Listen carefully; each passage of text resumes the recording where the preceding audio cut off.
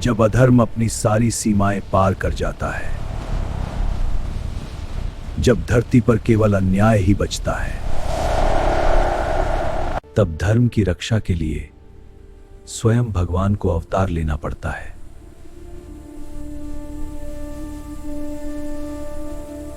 एक नाम जो हर दिशा में डर बनकर गूंज रहा था, नरकासुर। और तब कृष्ण ने लिया संकल्प, अब समय आ गया है अंत का। अगर आप धर्म की ऐसी अद्भुत कथाएं पसंद करते हैं तो वीडियो को लाइक करें, शेयर करें और चैनल को सब्सक्राइब जरूर करें। नरकासुर एक ऐसा असुर जिसका आतंक पूरे ब्रह्मांड में फैल चुका था। उसका राज्य प्रागज्योतिषपुर, जहां भय ही शासन था और प्रवेश मतलब अंत। उसकी सेना केवल सैनिक नहीं, विनाश की चलती हुई शक्ति थी। आकाश भी उसके अधीन था, जहां से मृत्यु बरसती थी। निर्दोष लोग हर दिन अत्याचार सह रहे थे और नरकासुर की यह सेना भय का जीवित रूप बन चुकी थी। राजाओं को हराकर उन्हें बंदी बना लिया गया और धर्म की शक्ति अब जंजीरों में जकड़ी हुई थी। नरकासुर की भयावह सेना और आक्रमण कर चुकी थी। देवताओं के राजा इंद्र स्वयं भय से कांप उठे।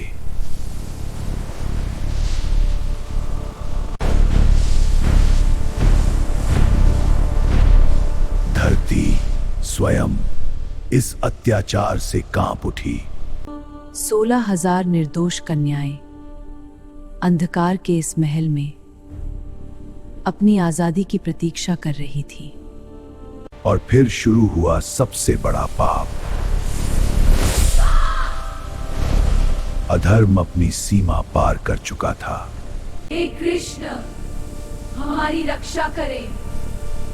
उनकी चीखें, उनकी प्रार्थनाएं आसमान तक गूंजने लगी। दूसरी ओर द्वारका में शांति थी, जहां प्रभु श्री कृष्ण सब कुछ जानते हुए भी शांत थे। देवताओं के राजा इंद्र अत्याचार से व्याकुल होकर श्री कृष्ण के सामने सहायता की विनती करने आए। माता अदिति का हृदय देवताओं के कष्ट से व्याकुल हो उठा। उनकी करुणा ही अब इस अन्याय के अंत का कारण बनने वाली थी।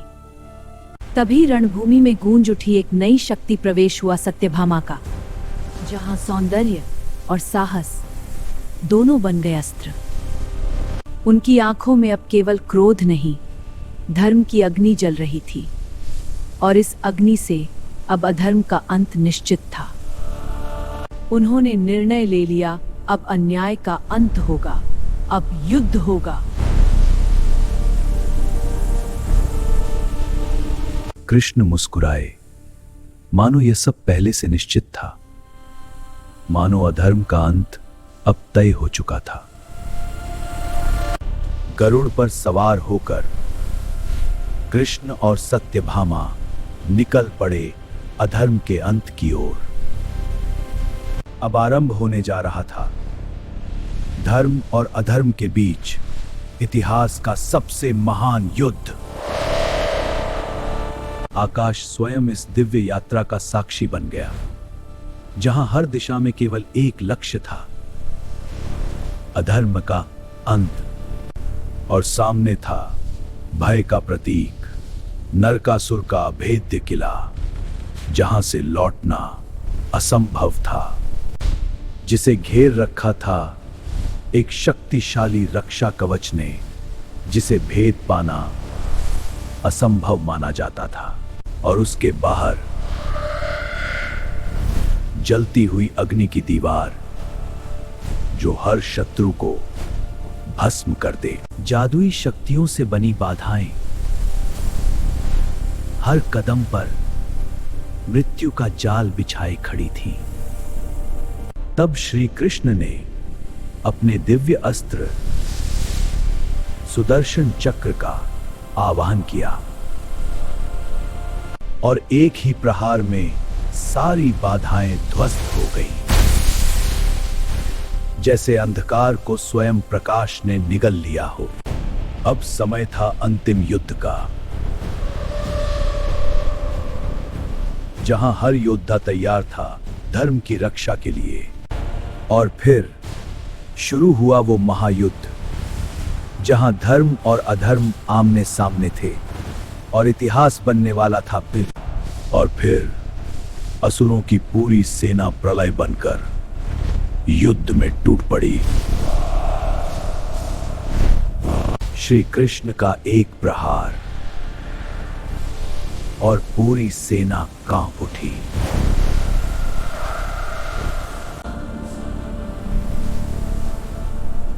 सत्यभामा केवल रानी नहीं, एक अजेय योद्धा थी। आकाश से मृत्यु नहीं, प्रलय की वर्षा।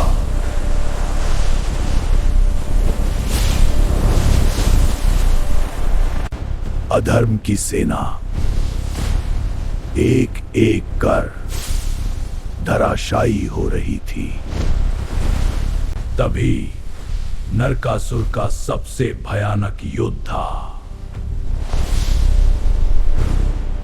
मूर प्रकट हुआ। उसका हर प्रहार विनाश लेकर आ रहा था, लेकिन भगवान कृष्ण के सामने उसका क्रोध भी कमजोर पड़ने लगा।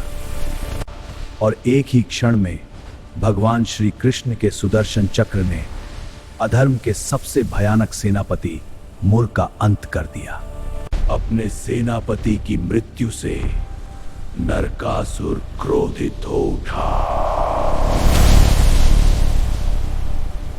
और उस क्षण नरकासुर ने धारण किया अपना विराट रूप, जहां उसकी शक्ति देवताओं को भी चुनौती देने लगी है। अब युद्ध केवल शक्ति का नहीं, धर्म और अधर्म के अंतिम टकराव का था। टकराव इतना भीषण था कि स्वयं धरती भी कांप उठी और आकाश में ऊर्जा की लहरें फैल गईं। अस्त्र शस्त्रों की वर्षा से आकाश भी भर गया, पर दिव्यता के सामने हर शक्ति फीकी पड़ने लगी। और फिर एक ऐसा प्रहार हुआ जिसने पूरे युद्ध का रुख बदल दिया। कुछ क्षणों के लिए श्री कृष्ण शांत हो गए, पर यह शांति तूफान से पहले की थी। और तभी सत्यभामा आगे बढ़ी, निडर, अडिग और शक्ति का साक्षात रूप बनकर। और उसी क्षण सत्यभामा ने किया निर्णायक प्रहार,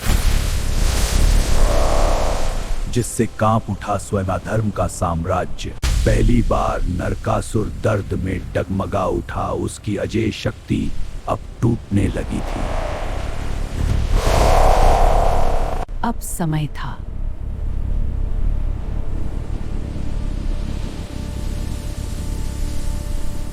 अंतिम प्रहार का। और उसी क्षण सत्य की शक्ति ने अधर्म को समाप्त कर दिया। अहंकार की अग्नि में जलता हुआ नरकासुर अंततः धराशायी हो गया। अंतिम क्षणों में नरकासुर को अपने पापों का एहसास हुआ। अहंकार टूट चुका था और उसके भीतर पश्चाताप जन्म ले चुका था। और अंत में भगवान श्री कृष्ण ने उसे उसके कर्मों से मुक्त कर मोक्ष प्रदान किया। अत्याचार का अंत होते ही बंदिशों के द्वार स्वयं खुलने लगे। वो 16,000 निर्दोष कन्याएं जो वर्षों से कैद थीं, आज स्वतंत्रता की रोशनी में फिर से जन्म ले रही थीं। उनकी आंखों में पहली बार आशा की किरण चमकी, जैसे अंधकार के बाद प्रकाश ने जन्म लिया। भगवान हमारी पीड़ा को सुनिए, हमने बहुत सहा है। उन्होंने उनकी हर पीड़ा, हर आंसू ध्यान से सुना है। परंतु समाज में लौटने का भय उनके दिलों में अब भी गहराई से बसा हुआ था। तभी श्री कृष्ण ने एक ऐसा निर्णय लिया। उन्होंने सभी से विवाह कर उन्हें सम्मानित जीवन देने का संकल्प लिया। अब वे पीड़ित नहीं,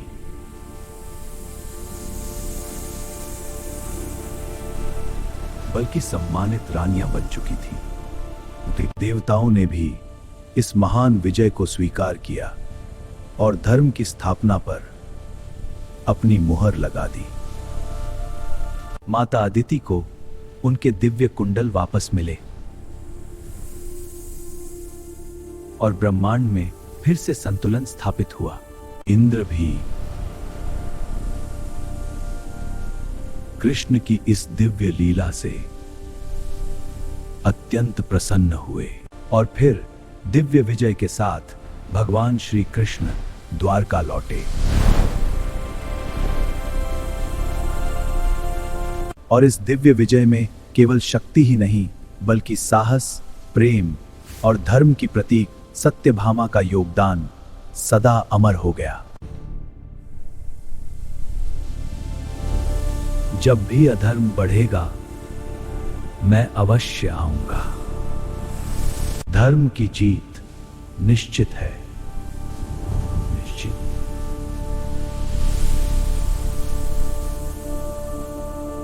धर्म की ऐसी ही अद्भुत कथाओं के लिए आध्यात्मिक सनातन को सब्सक्राइब करें।